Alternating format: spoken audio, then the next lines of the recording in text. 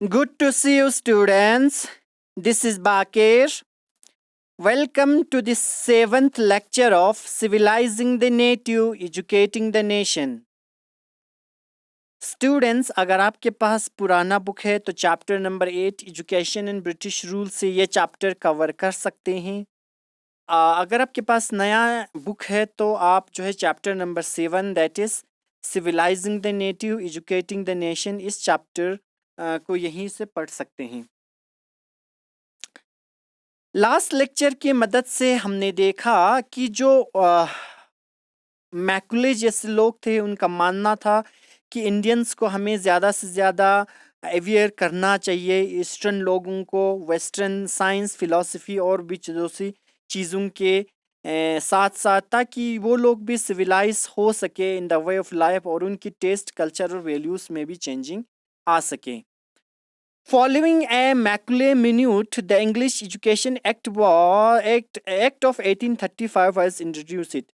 Macaulay Minute के बाद उसके बाद जो है इंग्लिश एजुकेशन एक्ट जो है 1835 में इंट्रोड्यूस किया गया। The decision was to make English the medium of instruction for higher education. Macaulay Minute की फॉलोइंग के बाद जो इंग्लिश एजुकेशन एक्ट 1835 को इंट्रोड्यूस किया गया, इसका मेन डिसीजन जो था, मेन एम जो था, इंग्लिश को मीडियम बनाना, as a medium of instruction बनाना हायर एजुकेशन के लिए, and stop to promotion of oriental institution like Calcutta Madrasa and Banaras Sanskrit college, और साथ ही साथ कुछ ओरिएंटल इंस्टीट्यूशन को स्टॉप करना, जैसे कि कलकत्ता मद्रासा हुआ, बनारस संस्कृत कॉलेज हुआ, इन सारे जो चीज़ें हैं इनको स्टॉप करना। ये मेन उस समय जो है प्रमोशन था। इंस्टीट्यूशन जैसे कलकत्ता मद्रासा बनारस संस्कृत कॉलेज, इनको प्रमोट नहीं करना, बल्कि इंग्लिश एजुकेशन को जो है मीडियम ऑफ इंस्ट्रक्शन बनाने थे। These institutions were seen as temple of darkness that were falling themselves into decay. क्योंकि ब्रिटिशर्स का मानना था कि ये जो इंस्टीट्यूशन है ये खुद जो है टेम्पल ऑफ डार्कनेस हैं और धीरे धीरे ये खुद गिर के जो है ख़त्म हो रहे हैं, ऐसा उनका मानना था। इसलिए उन्होंने प्रमोट करना ओरिएंटल इंस्टीट्यूशन जैसे कि कलकत्ता मद्रासा हुआ, बनारस संस्कृत कॉलेज हुआ, इन सब को उन्होंने प्रमोट करने से रोका, क्योंकि ये मानना था कि ये लोग अपने आप में धीरे धीरे गिर रहे हैं और ख़त्म हो रहे हैं। English text book now begin to be produce for school. अब जो है स्कूल के लिए इंग्लिश टेक्स्ट बुक प्रोड्यूस करना क्या कर दिया, स्टार्ट कर दिए। एजुकेशन फॉर कॉमर्स इन 1854 में the court of directors of East India Company, जो कोड ऑफ डायरेक्टर्स थे ईस्ट इंडिया कंपनी के, in London set educational dispatch to governor general of India. उस समय की जो गवर्नर जनरल थे इंडिया में, उनको एक ईस्ट इंडिया कंपनी ने एजुकेशनल डिस्पैच जो है सेंड किए, भेजा गवर्नर जनरल ऑफ इंडिया को लंदन से। इश्यूड बाय चार्ल्स वुड, और इसको इश्यू जो किया था दैट वाज चार्ल्स वुड थे, president of the president of board of control of company, जो कि बोर्ड ऑफ कंट्रोल कंपनी के प्रेसिडेंट थे। It has come to be known as Wood dispatch. बाद में जो है इस डिस्पैच को क्या कहा गया, वुड डिस्पैच कहा गया।